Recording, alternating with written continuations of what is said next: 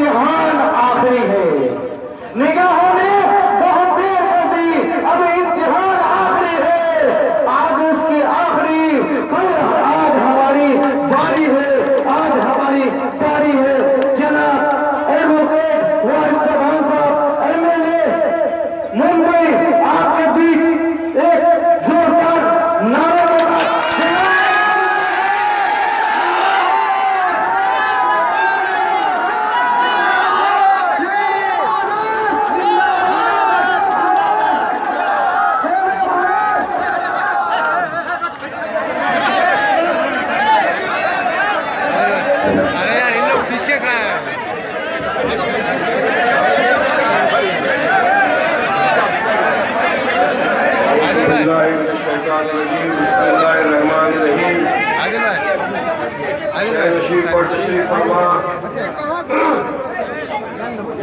जनाब एडवोकेट आदिल हसन साहब, मुन्ना मुश्ताक साहब, मुकर्रम साहब, राम रजा सिंह साहब, अफरोज आलम साहब, शाहिद साहब, शहजाद साहब, मुजहर जी, सरफरोज आलम, भीम शाह, रब्बान साहब, रहीम साहब, हरमोज साहब और तमाम ऑल इंडिया मजलिस इत्तेहाद उल मुस्लिमीन के जिम्मेदारान, यहाँ पर मौजूद मेरे बुजुर्ग, मेरे दोस्त, मेरे भाई और घर पर बैठ के सुनने वाली मेरी पर्दानशी माँ बहनों, आज का ये जलसा इंतखाबी जलसा है। किशनगंज में 18 अप्रैल को चुनाव लोकसभा के मुनक्किद किए गए। जिस तरह दूसरी सियासत पार्टियों ने अपने अपने नुमाइंदों को ठहराया है, उसी तरह मजलिस इत्तेहाद उल मुस्लिमीन ने आपके अपने लाडले चहीते, आपके अपने भाई को, अपने बेटे को, इस धरती के पुत्र को, एक शेर दिल नौजवान को जिसका नाम अख्तर उल ईमान है, उसको इस जगह से ले आया है। चुनाव 5 साल में एक मरतबा आते हैं, 5 साल बाद फिर चुनाव का वक्त आता है। मगर ये जो बीच में गैप होता है ना मेरे भाइयों, ये एक बहुत बड़ा गैप हो जाता है। चुनाव के पहले काफी सियासतदार पार्टियां आपके बीच आएंगी, आपसे वादा करेंगी कि हम आपके लिए यह कर देंगे, हम आपके लिए 2 करोड़ लोगों को रोजगार दे देंगे, हम 15 लाख रुपया आपके बैंक अकाउंट में जमा करवा देंगे, हम काले धन को वापस लेकर आ जाएंगे। सब चुनाव के पहले इस तरह की बातें बतियाते हैं, मगर जैसे इख्तियार की कुर्सी पर आके बैठ जाते हैं, वैसे ही भूल जाते हैं अपने वादों को। तमाम जनता देखती है, तमाम देश देखता है कि 2014 के चुनाव के पहले बीजेपी सरकार का भी यही मैंडेट था, मगर जब सत्ता संभाला, इख्तियार पर आकर बैठे, तो आज आप और मैं सब देख रहे हैं कि ना ही रोजगार मिला, ना ही काला धन आया, बल्कि जो देश का हमारा सफेद धन था उसको भी नीरव मोदी लेकर भाग गया, विजय माल्या लेकर भाग गया, मेहुल चोकसी लेकर भाग गया और चौकीदार खड़े हुए डंडा बजाता रहे।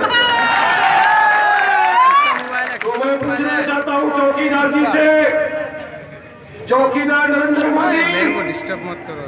आपने जो वादे किए थे उसका क्या हुआ? वादे झूठे पड़ गए, जुमले आ गए, पूरे देश ने अब देख लिया। आप आए लोगों के बीच तब भी 2014 चुनाव के पहले आपने अपने जुमलाबाजी शुरू कर दी, इमोशनल ब्लैकमेलिंग आपने चालू कर दी। मैं तो चाय वाला हूं, मेरा क्या है, जंगल में चला जाऊंगा तो तो हमने कहा बिल्कुल आपको ये जनता भेजेगी जंगल में, मगर जाते वक्त मोदी जी चाय की केटली भी हम देंगे, चाय की पत्ती भी हम देंगे, शक्कर चीनी भी हम देंगे, लेकर चलेंगे। फिर आगे आ गए, मैं तो फकीर आदमी हूं, जंगल में चले जाऊंगा, क्या छोड़ के जाएंगे, बंगले हीरोइन क्या छोड़ के जाएंगे। फिर कुछ नहीं चला, देश ने सवाल चालू किया, क्या पट्टेदार पर बैठे हो, अरे कुछ करो, लोगों के लिए करो, डेवलपमेंट के लिए करो, विकास के लिए करो। देश का सफेद धन बाहर हुआ जा रहा है, विजय माल्या प्लेन में टाटा बाय बाय करता हुआ काला सफेद धन लेकर जा रहा है, मेहुल चोकसी जा रहा है, आपका हम नाम नीरव मोदी जा रहा है, 10-10 लाख के जैकेट पहनकर घूम रहा है। मोदी जी शर्म करो, कुछ करो। वो क्या शुरू कर दिया, चौकीदार नरेंद्र मोदी, चौकीदार फला आदमी, जितने थे इनके भक्त सबके सब चौकीदार, सब पूरे देश में। आज देखो कि टीवी की डिबेट में बैठ जाओ, चौकीदार फला, ट्विटर चालू करो, चौकीदार फला आदमी। अरे किसकी चौकीदारी कर रहे हो भाई? सिर्फ 2 जन, एक अडानी की, दूसरी अंबानी की, उसके सिवा किसी की चौकीदारी नहीं की। किसके चौकीदार हो आप बताओ? क्या सीमांचल की जनता के आप चौकीदार बने? क्या किशनगंज की जनता के आप चौकीदार बने? न बने हैं, कभी बने। इनको क्या लेना देना अपने से? बाहर आ गई। काफी एमपी थे आपके बीच में, एमएलए थे आपके पास, मगर आगे कौन? आगे आए आपका, मेरा, हम सबका लीडर जनाब बैरिस्टर साहब आगे आए। 1 करोड़ रुपए की दवाई है यहाँ पे, डॉक्टरों की टीम है आपके बीच में। क्यों है? अरे हम तो हैदराबाद में हैं, मैं मुंबई में हूँ, एमएलए है, कारोबार अच्छा है, अल्हम्दुलिल्लाह, अल्लाह सुब्हान तआला का करोड़ों एहसान है, स्कूलें हैं, कॉलेज है, मेडिकल कॉलेजेस है, अक्सरियत के साथ वोट मिलते हैं और जीत कर आते हैं। फिर भी क्यों है सीमांचल के? क्योंकि तुम्हारा दर्द, तुम्हारी तकलीफ कि हमारे तो किशनगंज के भाई है, हमारी माँ बहने, कि हमारे अपने अगर हम नहीं जाएंगे तो कौन जाए? कौन आएगा? हम नहीं जाएंगे यहाँ पर। तो ये दर्द, ये तकलीफ हमको यहां तक खींच कर लेकर आई आपके बीच, क्योंकि हम लोगों ने 70 साल से इस दर्द को बर्दाश्त किया।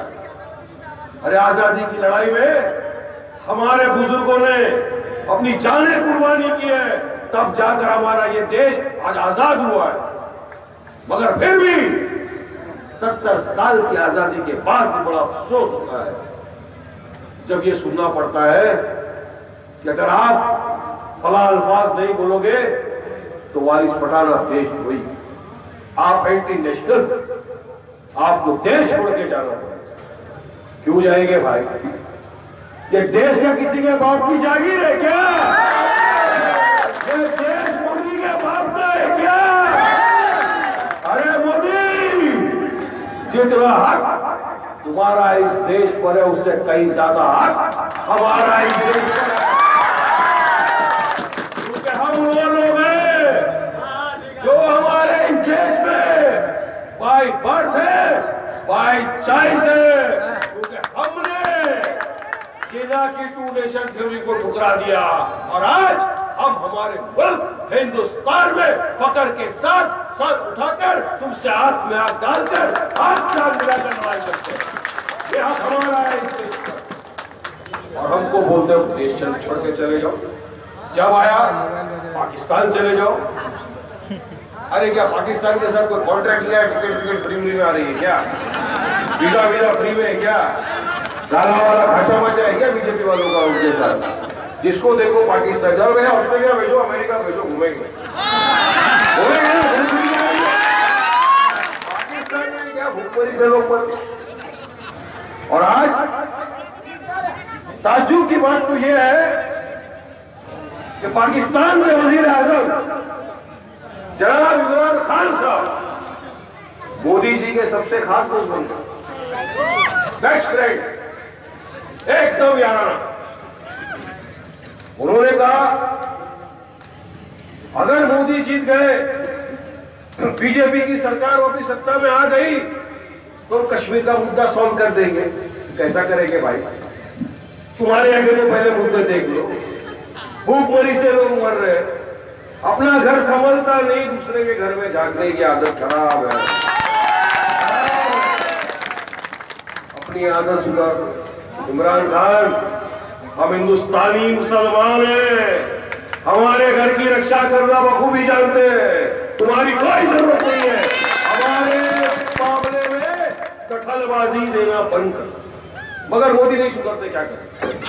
मैं भी हैरान हूं, काफी टाइम से प्लेन में जा रहे थे, देखा नीचे बत्ती जली है, लाइट जली है, पूछा क्या हुआ? बोले नवाज शरीफ के घर में शादी है। प्लेन रुका, उतर गए, शादी में चल गए,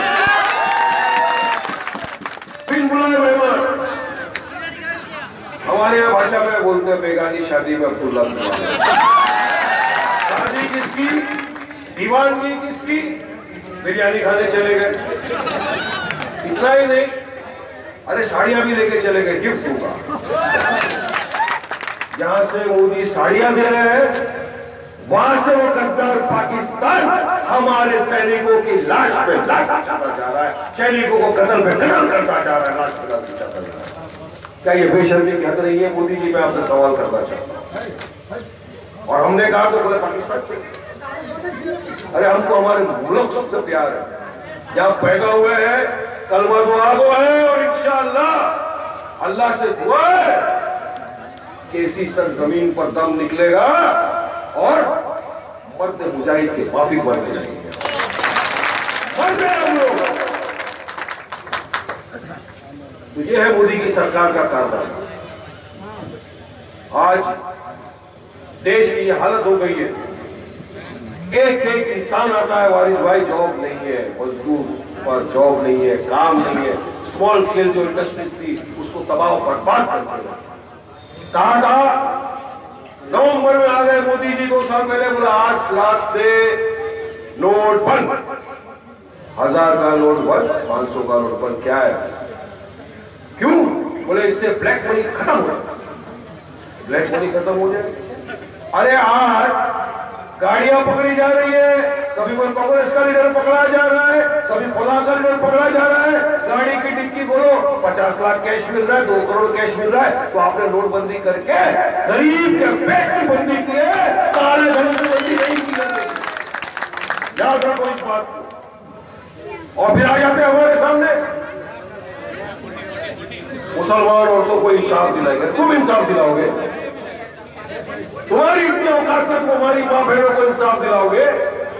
ट्रिपल तलाक का बिल निकाल दिया, मगर ये जो बिकाऊ मीडिया है ये वो नहीं दिखाएगा कि किस तरह से लाखों की संख्या में आपकी और हमारी मां बहनें रास्ते पे उतरी थी और इस ट्रिपल तलाक बिल का पुरजोर तरीके से विरोध किया। ये नहीं दिखा रहे ये लोग, ये नहीं दिखाएंगे कि 3 करोड़ आपकी हमारी मां बहनों ने साइन करके लेटर दिया कि हमको ट्रिपल तलाक का बिल नहीं चाहिए, हमको शरीयत पे रहना है, हमको ये मंजूर नहीं है। मगर फिर भी बीजेपी सरकार ने ट्रिपल तलाक के बिल को इंट्रोड्यूस किया। ये बिल हमारी मां बहनों के कोई काम का नहीं है, कोई फायदे का नहीं है। इस बिल से हमारे भाइयों का नुकसान है, हिंदुस्तान के मुसलमान इंसान का नुकसान है। जब बिल इंट्रोड्यूस हुआ पार्लियामेंट में 525 सांसद थे, मुसलमान सांसद भी काफी सारे वहां पर मौजूद थे।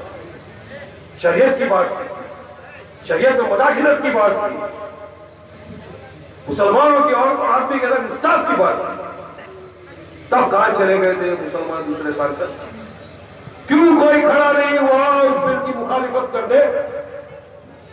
सब बीजेपी से मिल गए थे, सबको मंजूर था कि हाँ ठीक है, आप ट्रिपल तलाक का बिल लाइए, मगर वहां पर भी एक वाहिद शख्स जो खड़ा हुआ मोदी की आंखों में आके डालकर जिसने उस बिल का विरोध किया, वो कोई और नहीं था, वो आपका हमारा लीडर बैरिस्टर असदुद्दीन ओवैसी।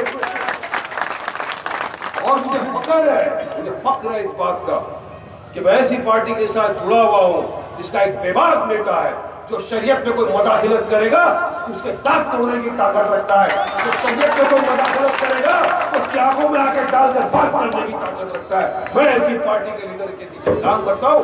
ये मेरी खुशकिस्मती, ये मेरी खुशकिस्मती। आज आपके बीच में आए, आपसे दरखास्त करने आए कि आपका दर्द, आपकी लड़ाई लड़ना है आपको, हम आपके साथ हैं।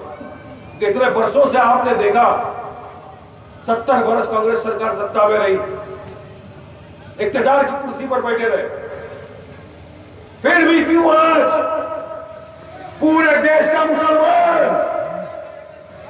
पॉवर्टी लाइन के नीचे? डेटा है जो बताता है कि आज भी मुसलमान सोशली बैकवर्ड है, एजुकेशनली बैकवर्ड है, जॉब नहीं है। क्यों? क्योंकि इनको 70% नहीं 90% मुसलमान के वोट तो चाहिए, मगर जब मुसलमानों के लिए कुछ करने का वक्त आता है तो ये सब भाग जाते हैं तुम दबा के किसी के लिए, कोई किसी का काम करने के लिए तैयार नहीं है। ये वजह है आज कि मुसलमान पिछड़ा हुआ वर्ग फैलाएगा। किसी और की नहीं, अपनी खुद की बात बताऊंगा। ये जो कांग्रेस वाले अपने आप का जो सेक्युलर चेहरा लेकर घूमते हैं, इनके सेक्युलरिटी का नकाब आज से 3 साल पहले पूरी महाराष्ट्र के असेंबली में बेनकाब हुआ। आपने देखा, मैंने देखा, पूरी दुनिया ने देखा किस तरह से इनका सेक्युलरिज्म का नकाब जो चेहरा था उसको बेनकाब किया गया। महाराष्ट्र के असेंबली के अंदर एक बीजेपी का एमएलए 2-3 लोग को लाके खड़ा होता है, सामने मेरे खड़े होके बोलता है, अगर तुमको असेंबली में बैठना है तो वारिस पठान तुमको बोलना होगा भारत माता की। आगे ज्यादा पूरा नहीं बोलता। मैंने कहा क्यों, क्या हुआ? बोले नहीं, अगर तुमको बैठना है, अपनी नेशनलिज्म प्रूव करना है, अपनी पेट्रियटिज्म प्रूव करना पड़ेगा और तुमको ये अल्फाज बोलने पड़ेंगे। भाई साहब एक बार बोला, पूरा सामने ऐसा खड़े रह गए, 2 बार बोला, अरे तीसरी बार बोला, मैं भी थोड़ा पठान किस्म का होटेली खोपड़ी है, मेरी भी दिमाग घूमता है, फिर कोई भी हो, फिर अपन वो तो है नहीं गांधी जी वाले एक मुंह पे मारेगा तो दूसरे गाल पे देंगे दे, एक गाल पे मारेगा पूरा मुंह फोड़ डालेंगे अपन लोग। रखते हैं हम लोग। बहुत हो गया भाई तेरा, खड़े होकर बोला चले चल, नहीं बोलता, क्या करता है, चल बोल। इतना मेरा बोलना था। तो भाजपा और शिवसेना तो है ही एंटी मुस्लिम, मगर वो जो सेक्युलरिज्म का नकाब पहनकर बैठे थे कांग्रेस के सारे विधायक, जिसमें हमारे मुसलमान भाई सब खड़े हुए, नहीं बोलो, नहीं तो असेंबली से बाहर जाओ। मैं शौक हो गया कि क्या हो रहा है, तुम तो सेक्युलर थे, तुम तो मुसलमानों के वोट लेकर तो इख्तियार की कुर्सियों पर आए हो, जब तुमको वोट दिए, जब तो तुम जीते हो, भीख मांगते थे वोट के हमारे दरवाजों पर आकर, तुमको वोट देकर यहाँ पर रहे तो तुम हमसे सर्टिफिकेट मांग रहे हो। नहीं, तुमको बोलना पड़ेगा।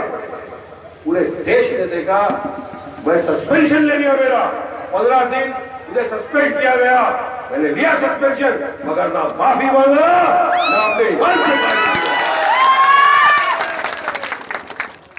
दोस्तों ईमान सीने में है, याद रखना दुनिया और आखिरत सुधरेगी।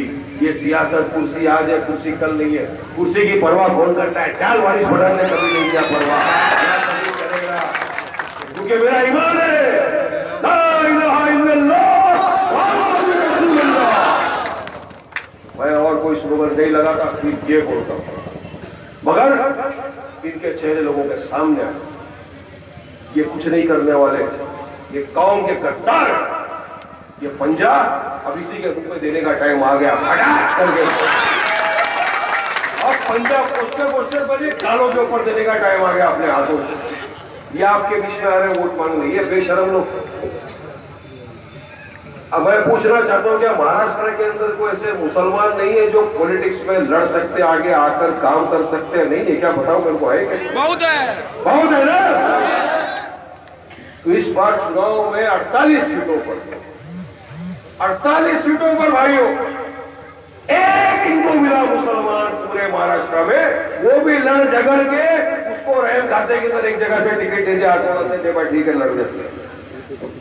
अरे तो तुमको जब हमारे 90% वोट चाहिए, तुमको इतनी हमदर्दी हमसे दिखाते हो, तो क्यों हमको टिकट नहीं देते? क्यों हमको लड़ने का मौका नहीं देते? क्यों हमको पॉलिटिकल एम्पावर नहीं करते? अरे अगर मुसलमान पॉलिटिकल एम्पावरमेंट नहीं लेगा तो पार्लियामेंट में आवाज कैसा उठाएगा? आपकी अपनी लड़ाई कैसा लड़ेगा? ऐवान असेंबली के अंदर अगर मुसलमान जीत कर नहीं जाएगा तो आपकी अपनी लड़ाई कैसा लड़ेगा?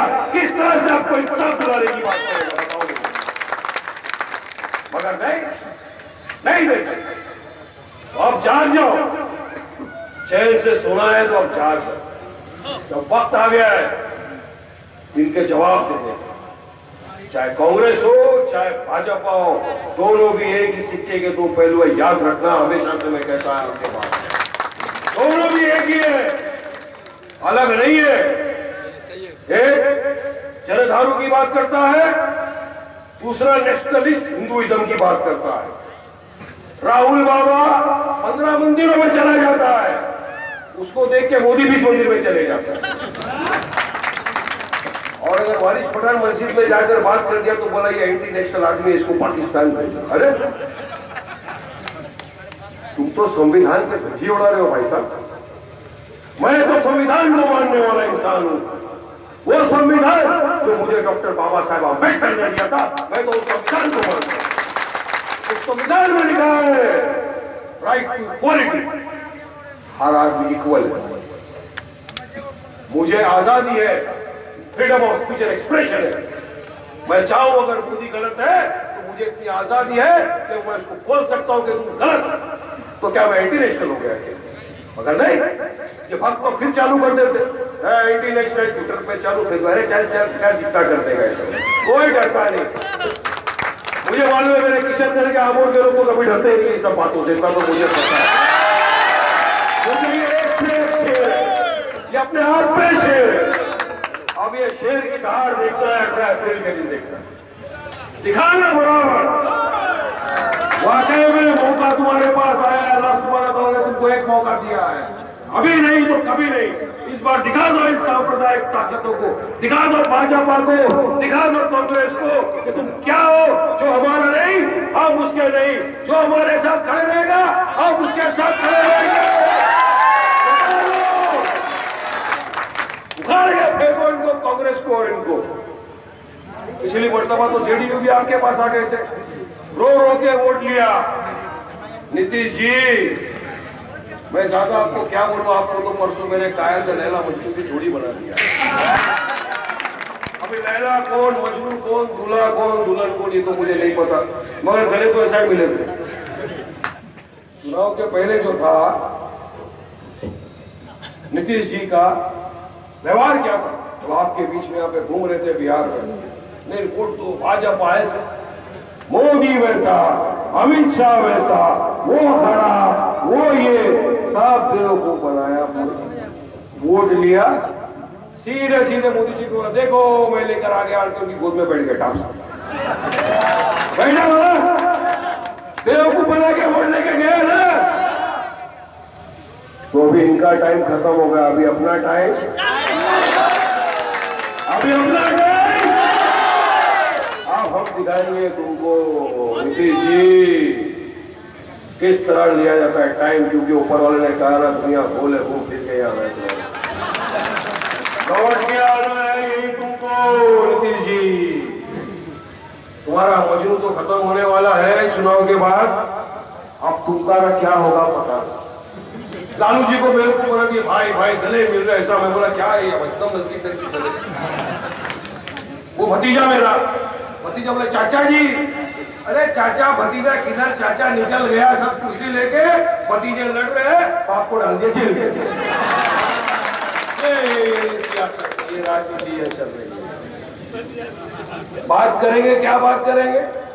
अरे विकास की कभी बात तो किया करो, कभी विकास का तो काम करो। बस नहीं, मंदिर वही बनाएंगे, भागे क्या होएगा? नहीं, मंदिर वही बनाएंगे।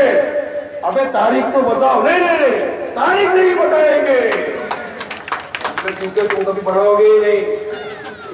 हमारे हिंदू भाई बहनों की भावनाओं के साथ खिलवाड़ कर रहे हैं, क्योंकि जिस दिन बना दिए उनकी दुकान पे ताला लग जाएगा।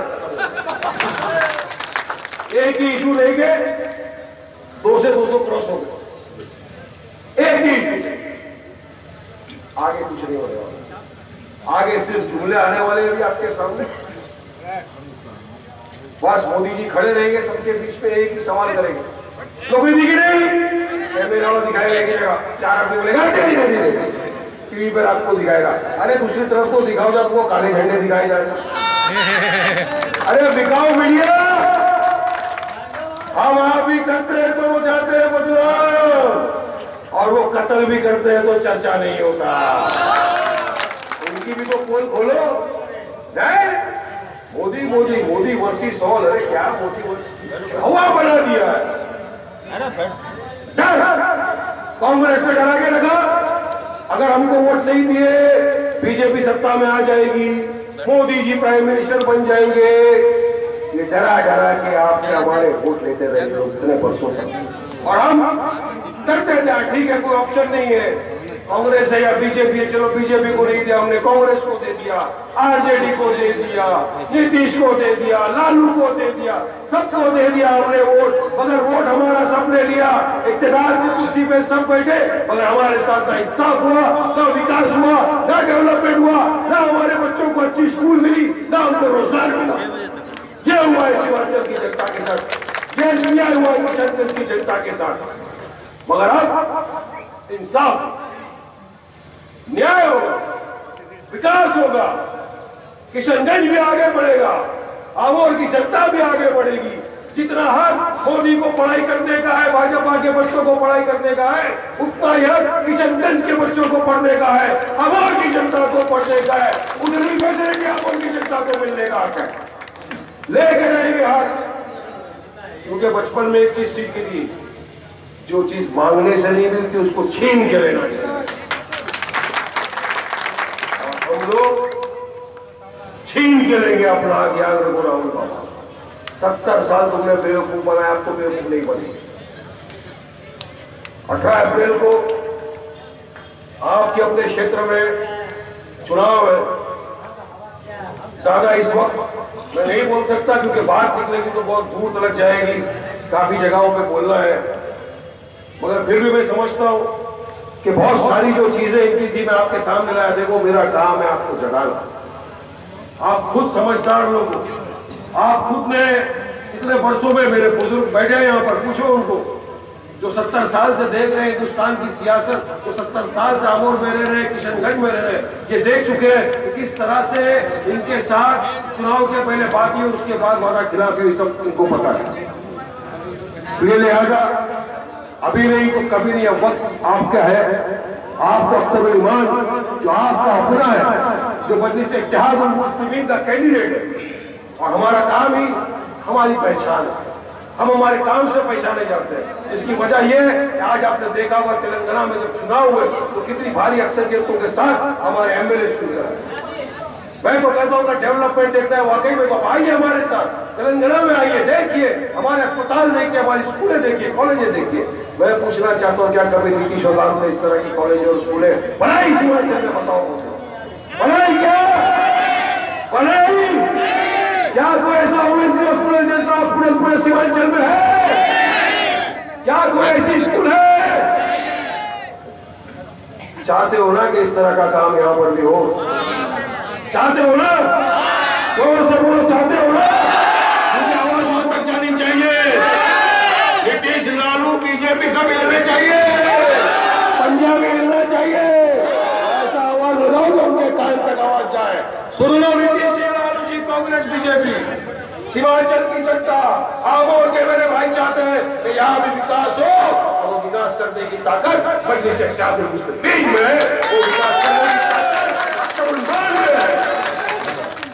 और हम कर कह रहे हैं क्योंकि हम जुमले नहीं देते, हम वो करते हैं जो हम कर सकते हैं। मैं जानता हूं कि आमोर के, हिमाचल के किशनगंज के काफी मेरे भाई मुंबई में रहते हैं, काम करते हैं, 2 रुपया कमाने के, रोजी रोजगार के लिए वहां पर आते हैं, मगर वो नालायक राज ठाकरे मारता है उसको बताएंगे बराबर उसका जाना होगा, उसका नाम नहीं लेना चाहिए था, भाव चढ़ जाता है उससे निकल दिखाएंगे। मैं एक बात बोलना चाहता हूँ मेरे बिहार के भाइयों से, आमोर के वासियों से, मैं मुंबई में आपका छोटा भाई वारिस पठान बैठा हूँ।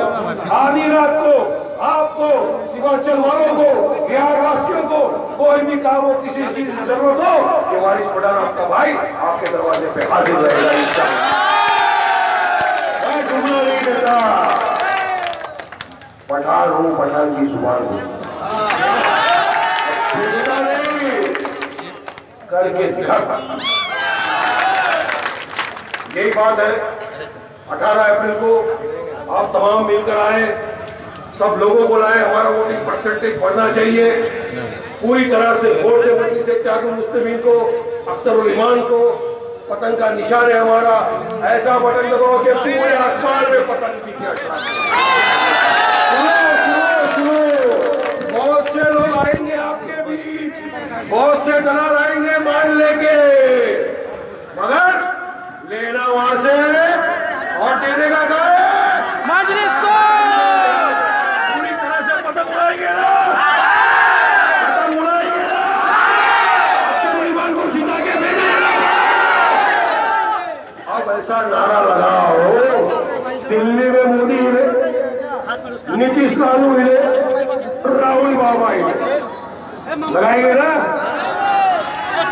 नारे तकबीर, नारे तकबीर, नारे तकबीर, मजलिस इत्तेहादुल मुस्लिमीन, बैरिस्टर असदुल ओवैसी, अख्तरुल ईमान, जिंदाबाद जिंदाबाद, हिंदुस्तान, हिंदुस्तान। शुक्रिया, अस्सलाम वालेकुम। आप तमाम लोगों का बहुत बहुत शुक्रिया। हाथ पकड़िए, हाथ पकड़िए। अस्सलाम वालेकुम।